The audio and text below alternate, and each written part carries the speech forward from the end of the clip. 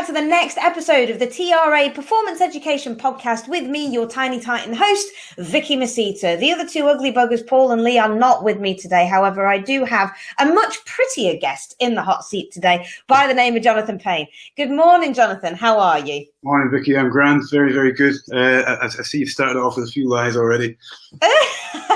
Well, we've got to be slightly generous. And I know that you haven't done your makeup this morning because all of a sudden we realised that we were going to go on video. But it's fine. You're still much prettier than Lee and Paul. Put it that way anyway. We can argue that one offline. I was apologetic as we came on. I got a bit of a black eye there, but we'll chalk that up to character. Exactly, right? Nice characteristics of an athlete. So, Jonathan, for people who don't know who you are, can you give us a little bit of a background about who you are, what your expertise is, and that kind of thing? Sure. So I'm Jonathan Pain. I work at Complete Human Performance, and I'm actually the combat sports specialist over there at Complete Human Performance, which gives you a little bit of insight into my background, which has been combat sports. I'm a self-protection instructor and used to compete in mixed martial arts, boxing, bit of jiu-jitsu, the usual things. The running joke is I wasn't good enough to get particularly far with that and kept getting injured. So flipped over to the other side and look at strength and conditioning for these sports. Tended to be relatively strong, or at least have an understanding of how to get strong for those sports. And that's still a sort of a burgeoning area in combat sports. So my push there was to kind of try and apply some science and some logic and help these athletes get a little bit more conditioned and stronger. From that, personally, I moved into, I work with quite a lot of different athletes now. So I moved into attending 2 extreme endurance events myself. So extreme Ironmans, long distance ultras, so sort of 6-7 day ultras, ultra marathons, and we're pushing for Arctic crossings and oh wow, hopefully Everest at some point over the next few years if I can keep these injuries at bay. Yeah, maybe circle back to those injuries. They're ridiculous, but so I work now with combat athletes predominantly at CHP, but also with a lot of extreme endurance athletes. And for those who don't know about Complete Human Performance, one of the things that we do, or certainly that we're known for, is crossing that divide between strength sports and endurance sports. So you would the typical example is powerlifters, perhaps, who may not have particularly high cardiovascular capacity, and we work with them in order to allow them to attend to things like 5Ks, 10Ks, and beyond. Sometimes to do quite heavy distance work, and while we're doing that, we're trying to help people understand, trying to educate people, trying to work with these athletes, to let them understand that doesn't mean that they have to give up the strength sports. It doesn't mean that it actually has to affect it negatively. In actual fact, it means that we can affect that positively in some situations. So the two, although disparate, if we work the programming well, can go hand in hand. That's really interesting. Yeah, really interesting, for the simple fact that a lot of the time people are actually saying that concurrent training is really detrimental to your strength gains, isn't it? So how do you get around that to make a power lifter? I mean, for people, I mean, I'm a power lifter, but I'm a baby power lifter. I'm in the 52 kilo mark, but I'm also a bodybuilder as well. So it's 2 completely different sports. One, I've got to look good and I don't really care how much I weigh. And then the other one, I've got to lift heavy and weigh a certain amount.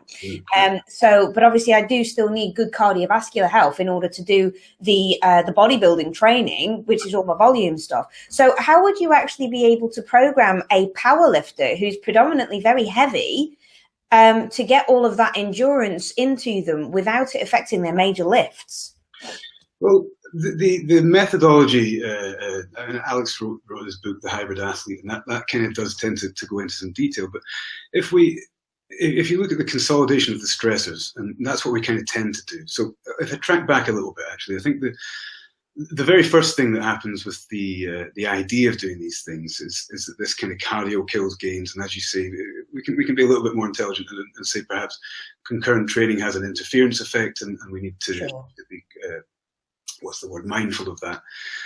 But in reality, the testing and the science, when you drill down into it, doesn't really describe the interference effect as happening as we think it does, or in some cases at all. So what we need to look at is why cardio kills gains in these situations. And you can kind of break that down really quite simply and look at what happens when people try to do both without really kind of opening the box and looking at all the different elements within a training program. So if we look at you, for instance, and say that you're doing powerlifting and bodybuilding, you're already doing a kind of a concurrent to a certain degree, and you described that yourself. That you have to consider the cardiovascular properties of perhaps working into a kind of a weight loss element of your programming, or simply trying to keep that cardiovascular program to deal with the volume, to deal with, I think most bodybuilders now know that if cardiovascular conditioning is better, that the workouts that they're putting in are better, etc. Sure. And that applies to powerlifting too. But what tends to happen is then if you had the particularly daft notion that you wanted to run a marathon and you'd started to add that training in as well. Yeah. What you're doing is layering things on top of things, and the whole house of cards comes crumbling down. And I think that's what we've seen in the past, and that's what we've kind of rallied against a little bit, is this idea that it's the cardio itself or the cardiovascular training that's killing gains and forcing a loss of muscle or an inability to recover and to attend to the workouts in the gym. But for the most part, that's not the case. For the most part, it would be a bodybuilder with a full program or a powerlifter with a very full schedule, who's then tried to also, in the recovery time, shoehorn some kind of running campaign or whatever it might be, sort of cycling or swimming or whatever. And the recovery isn't there. The ability to recover from that isn't there. So what we do is we look at the overall stressors. We look at exactly what it is that we have the athlete attending to across let's say a programming week. So, and if we look at this powerlifter rather as our example, that we may have heavy squats, very high intensity work, and if they're perhaps looking at a hypertrophy phase, that they may also be looking at kind of slightly more moderate work and higher volume work in there. And also, if we then are adding cardiovascular work, we're looking at potentially quite low intensity work, but for a longer time. For sure. So what we try and do is, firstly, we remove all the fluff. So you'll get a lot of assistance work going on that might not actually be particularly necessary. But also, if we do, jumping around a little bit here, but if we consider the repeat movement in running, for instance, or perhaps moving up a slow incline, and we also have a lot of single leg work in the programming, we can probably consider we can remove some of that single leg work and consider the running itself to be single leg work. Yeah, of course. We've got a certain amount of hip extension going on. We've got a certain amount of power and drive through the quads, etc. With running. If we put a heavy unilateral set of back off work in your squat day and do the running, etc., then you might run up against problems. But if we can say, well, we're covering this over here, so we can remove a little bit of this here, then we can consolidate the stresses that way. The other thing that we do, which works very, very well with most athletes, and really kind of describes the hybrid methodology, is that let's move back into the stressors again, and we'll talk about very high intensity squats, so maybe 2 or 3 rep max. So as a powerlifter, you know that's going to be the bulk of your skill training. For sure, yeah. Yeah. So if we couple that back to back with very high intensity work for the running, then we're perhaps going to be looking at sprint work. So let's say, for argument's sake, that you did your heavy squat day was on a Monday.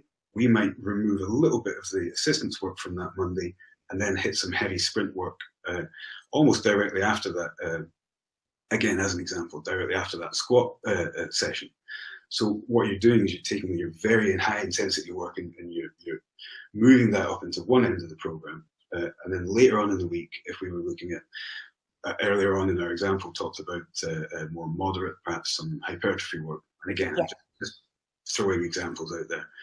We might pair that later on in the week, something like 40% of your 1 rep max for maybe 12, 15 reps or something like that, with a longer, more endurance-based activity. So perhaps on the Thursday, Friday, you've done a leg extensions and things to 4 sets of 15, and then off the back of that, on the Saturday, we might do some low intensity steady state work. So this would be the longer runs for the athletes that most powerlifters and most bodybuilders might want to shy away from. Right. Okay. So we've got a kind of high intensity work pushed up into the beginning of the week, and as the week goes on, the intensity comes down and perhaps the endurance quality comes up, so that by the end of the week, we're perhaps doing some more longer and less intense work, and shoehorning the strength work to match that at the end of the week. So we kind of put the intensity shoots down and the endurance shoots up as the week goes on. Right. Okay. Yeah. So it's almost like a fatigue management kind of style way as well, isn't it? Yeah. So a lot of bodybuilders tend to have this hybrid approach to power building now. So they tend to have, you've obviously heard of that one. So they tend to have a lot of heavy set work at the beginning of the week, where all of their squats and deadlifts and bench are then done. And then coming out nearer the end of the week, that's when they're going to do all of their hypertrophy stuff and then some more intensity stuff. So it's almost the same method, isn't it? But you're actually going to be using. Yeah, it's certainly the same concept. Yeah. And so. Yeah, if you look at that same example, then if we added some endurance work in, we might just reduce the overall volume of the bodybuilding element of what you've just described, and add in some more skill-based work, which is something perhaps we'll come back to for an endurance athlete, that kind of matches and kind of fits in with a little bit of what the bodybuilding might have been doing. Right. So yeah, it's exactly that. It's that kind of management of stresses, and the management of the stresses, exactly as you said, isn't just about where you put it in the program so that you can make your template look neat. It's exactly as you say for recovery, because if we did, and you'll have experienced this yourself, either coaching or perhaps if you've been doing a power building kind of routine, that if you were to do the high intensity squats on a Monday, again going back to our example. And then on the Thursday, you also try to do some kind of high intensity work, maybe HIIT or something like that. Yeah. By the time you get to the Saturday, you've burnt yourself out. You've hit that kind of peak 2-3 times over, and to attend to something that would be perhaps more endurance based is just going to wipe out the rest of you. And I think that's what people found, and certainly that's what Alex found from his own perspective. That's certainly. I came to CHP having experienced the same things and having kind of developed the same concepts of working. And my experience was based on what was happening to me, but what was happening to my athletes who were looking at this kind of thing. And what we found is that when you try and play with those stressors in different ways, then injuries occur, and fatigue and kind of burnout occurs quite a lot faster, because the intensity is ramping up too many times, and recovery can't happen. And we know that there's things you can do, and things people do to ameliorate that, where perhaps we would be lying to pretend there would be sort of drug use involved sometimes. Of course, yeah. Recovery as well. But then all you're doing is you're kind of lifting the bar there and lifting the ceiling. But if you push up to meet that and then start to try and spike over that, the recovery is not going to happen either. So you still have to manage how the programming happens. And that's kind of what we do as a specialism. Okay, cool. So let's move on to then actually getting into the mindset of that then, because I know from obviously a bodybuilding perspective and a powerlifting perspective as well, trying to get into the mindset of actually becoming an endurance athlete. I mean, for me, it's not something that actually, it's not something that I'm passionate about, being an endurance athlete. I mean, trying to do like 6-7 days across the desert, that's like I hate camping, so that's my idea of hell, and to coincide that with big sand spiders that chase after you to hide in your shadow and stuff. No, you're all right. You can leave that to other people. But if a powerlifter or somebody like myself, for example, would come to you and say, right, I want to do an ultra marathon, or I want to do an endurance style thing. They've never had any kind of background to this before. How would you be able to determine whether they are, one, mentally ready to do that? And how would you explain to them how different their training is going to be in order to maximize, almost pushing the boundaries of their own human performance at that point? That's an interesting one, actually. And that's one that we enjoy conversations about quite a lot. I serve as a reasonably good example of that, in actual fact. And what you're going to tend to find, if we go right back to that question itself, is if you've got a powerlifter who says, you know what, Johnny, or you know what, Vicky, I want to do an ultra marathon. then the first thing you're going to do is go, what? Well, yeah, why? So the why itself would be turned right back around. I mean, we would be looking to kind of hear particular things, and I'll kind of come back to that, but the why would be owned by the athlete, and the chances are, and this is speculating a little bit, because so opposed to psychology, this is just sort of a little bit of my own experience. The chances are one of two things has happened. This has kind of blown up over the past few years. Even the fact that we're having this conversation kind of tells you where the industry has gone a little bit, and that this even something that a powerlifter would even consider or talk about. I mean, it wasn't so long back that the never the twain should meet, and there was a big line between the two, and it's like, these guys are over here and these guys are over here. So, well, absolutely right. I mean, you can imagine Eddie Hall going into an ultramarathon. Yeah, well, I mean, also you can actually. Eddie serves as a reasonably good example. I mean, it's no secret that his cardiovascular endurance probably isn't as good as it used to be. But this is a guy who was a competitive swimmer. It's still power based, but he's got an understanding of what it means to dig in and do something at a kind of a high level, repeat, which is where the psychology is very different. Yeah. But if you look at this sort of imaginary powerlifter as opposed to Eddie, who may not like us suggesting that he did, but you never know though. Now that he's done what he had to do, he might say, let's do something completely different. But the question would be to them, well, why have you decided you want to do this? What is it about that appeals to you? And generally, it's the enormity of the challenge. I find that if you, and they might not have the answer themselves, but if you talk to them long enough and break that down, so what is it about an ultramarathon that appeals to you? What makes you think this is something you want to do? The answer is not dissimilar to the same answer that they would have if you broke down the powerlifting question. It's a physical challenge, of course, but as a powerlifter yourself, you'll know that it's not just physical. There's a lot of mental challenges go on. You'll go into the gym, and on a day that you may want to test your maxes, or a day where you're working up sort of beyond 85-90%, and it's going to be hard. You can quite often tell. This happens generally retrospectively, as you'll maybe fail that day, maybe not hit the lift you wanted to, and you'll be able to look back during your day and say, do you know what? I wasn't prepared for it. I went in that day and I knew I was going to fail, to set myself up to fail because of the negative self-talk, and all these kind of things happened that are very sort of deep psychologically based. That not a lot of people even talk about, but we know it's there, and it's kind of fear-based, isn't it? It's yeah, absolutely.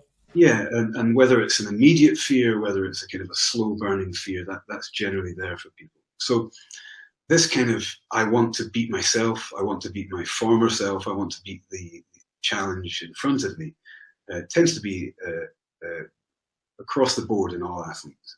And generally, I think the answer for that question the why would be turned back, and you ask the athlete why, and the answer is going to be the size of the challenge itself. The problem after that is that if you've got, and again, we're making this athlete up, but if you've got an athlete that has done very little to no cardiovascular work, most people are now. I find that if you talk to most powerlifters, you talk to most bodybuilders, certainly have embraced this for a long, long time. It's actually bodybuilders generally do quite a lot of cardio, as you know, but powerlifters less so. But for the most part, I find now over the past 5-6 years talking to powerlifters, and that was something I was very much involved with, and I have a lot of powerlifters up on my client base as well, is that they now recognise the importance of cardiovascular work. But when they've said I want to do an ultramarathon, and they've been doing maybe a little bit of cardio to augment their recovery program, it's a very different thing. So the why is not generally all that difficult to fathom. The getting them to understand perhaps what it is that they're actually talking about is, and I don't mean that in a rude way. What I mean is that if this individual has run a 5K at this point and gone, you know what, I'd really like to push towards an ultramarathon, then you have to sit down with that athlete and describe the difference between that 5K and that 100K. Yeah, it's a big difference. And going back to your question, which was mostly about the psychology of the athlete, it isn't really about just going further and building up that aerobic capacity. It's actually about also building up that mental capacity to understand the fatigue, but understand how it feels to continue through that process. For sure. my own experiences with ultramarathons are that I think across the board, I've never heard anybody disagree with this. I wouldn't want to speak for everybody, but 100% the feedback has been that after a certain point, which will be different with a lot of athletes, but after a certain point, the physicality of it is far less of a concern than the psychology of it. Yeah. Mental aspect. Yeah. Imagine a 24-hour ultra or something that goes on for that long. You're going to be running through the night. The pack doesn't stay together like it would doing a 5K, 10K, a marathon. It just doesn't happen. So after 20 or so miles, you might be 2-3 miles away from the next individual. So you might be up on a hill being hit by rain and wind, and in my case, quite a lot of snow, and there's nobody around. And what you're left with is, do I even want to continue? What the hell's the point in this? Why am I doing this? And those questions are never. Those questions are generally answered outside of the training environment for a powerlifter. It might be where the powerlifter's at home, feeling sore, maybe go back to that earlier example, having missed a lift, and then pondering that in a more comfortable environment, maybe over a coffee with a colleague or a coach or whatever. Why did this happen? But if you're in the middle of this ultramarathon and your why pops up in front of you, you probably best have those answers. Yeah. Why am I doing this? Why the hell am I here? Why am I prepared to continue? And a lot of folk don't have the answer to that, and then ultimately fail that challenge. So we have to track back and kind of start that from the very beginning. And education, I know you guys are an education-based company, that it comes down to that as well. How is this going to feel? Well, we can tell you how it feels from studies. We can tell you how it feels from talking to a lot of athletes, and our client base is and your own anecdotal experience in it as well. Yeah, and I think that's an excellent thing that we have as coaches as well. Is all the coaches that we have in our specialist areas have experience in that specialist area. That's not to say that that's absolutely vital in coaching. That's just something that we have. Yeah. So you're able to say, look, I felt this way, and how I feel might be different to how you feel. We're different characters. So, but there's going to be a lot of crossover. For sure. There are very specific things that you're definitely going to feel, one of which in an ultramarathon is lonely, isolated, and questioning all your decisions. It is. It's funny, isn't it? Because I'm going to bring that back to almost bodybuilding in a way, because what you were saying there, bodybuilding and contest prep, is just a mental mind game. And I say to all of my contest prep clients, it's amazing what the body can go through. And you can take that body to an extreme, but it's your mind and your mental strength that will break before your body does. 100%, yeah. And it's exactly the same as what you were saying with an endurance ultramarathon, because your brain is obviously in survival mode and it wants to survive. And when you are being beaten by snow, being run by spiders, but chased by them and having to camp out and things like that, and keeping on putting one foot in front of the other, your brain is going to say, what the hell do you think you are doing to me? And yeah, you've hit the nail on the head. This is where I was leading with it. I know I ramble, so you probably have to edit this back, but the bodybuilding is a great example of that, in actual fact. And people won't see those comparisons, but that's something that we've enjoyed helping people kind of understand over the years. You described it perfectly yourself, so I'm only really repeating what you said. But if you've got a bodybuilder deep in the last 8 weeks of prep or closer, and it's not dissimilar to cutting weight for a fight. I've been there myself a few times. The outcome might be aesthetic in one and might be performance in another, but it's very, very similar feeling. You just kind of think, excuse the French, but you're going to think, why the fuck am I doing this? Absolutely. What, yeah. Is there any point? My other half hates me at the moment. I'm not. Can't even keep conversations going. I feel sick. And if people feel terrible about that, maybe there's something wrong with prep. You shouldn't feel that bad, but Yeah. Psychologically, it's very, very tough to maintain that, and it's not all that different to one foot in front of the other.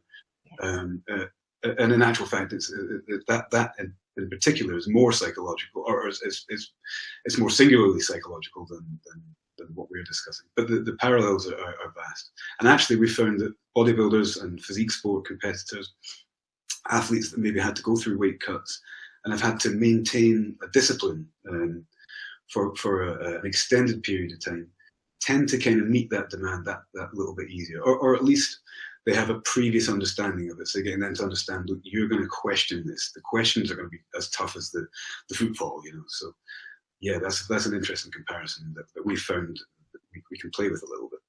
Yeah, absolutely. Oh, so interesting. We could talk about this for hours as well, because it's so fascinating. I love the psychological and mental aspect of endurance sports and bodybuilding and power. There's so much involved in it. Yeah. But we are coming up on time. So I think we're going to have to do like a 2-parter. That's gone so quick, hasn't it?